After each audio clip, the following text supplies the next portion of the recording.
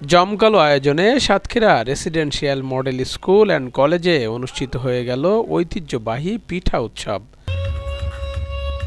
Jelly, পাটিসাপটা, chocolate, নকশি, পুলি, চিতই সহ নানান রকমের পিঠার পসরা সাজানো হয় এ পিঠা উৎসবকে ঘিরে। এছাড়া বিদ্যালয়ের কচিকাঁচা শিক্ষার্থীদের পরিবেশনায় অনুষ্ঠিত হয় মনোমুগ্ধকর সাংস্কৃতিক অনুষ্ঠান।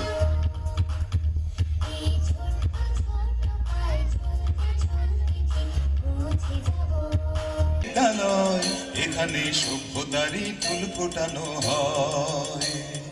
বিদ্যালয় মোদের বিদ্যালয়, এখানে সভ্যতারই ফুল ফোটানো হয়। 2 দিনব্যাপী এ আয়োজনে উৎসবে মেতেছিল শিক্ষার্থী, অভিভাবক সহ অতিথিবৃন্দরা।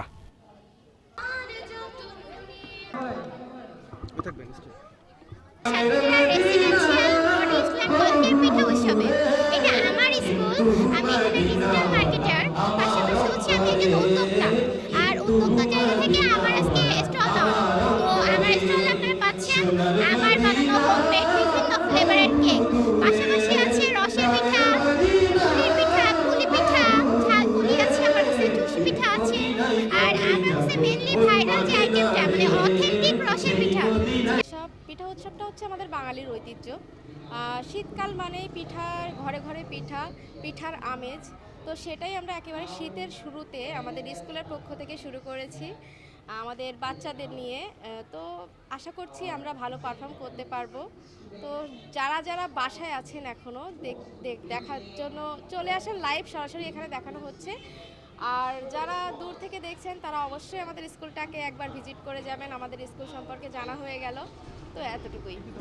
আমি অত্যন্ত আনন্দিত এই ভেবে যে Satkhira residential model school and কলেজের এই পিঠা উৎসব আয়োজনে আমি আসতে পেরে সত্যি নিজেকে অত্যন্ত গর্বিত মনে করছি।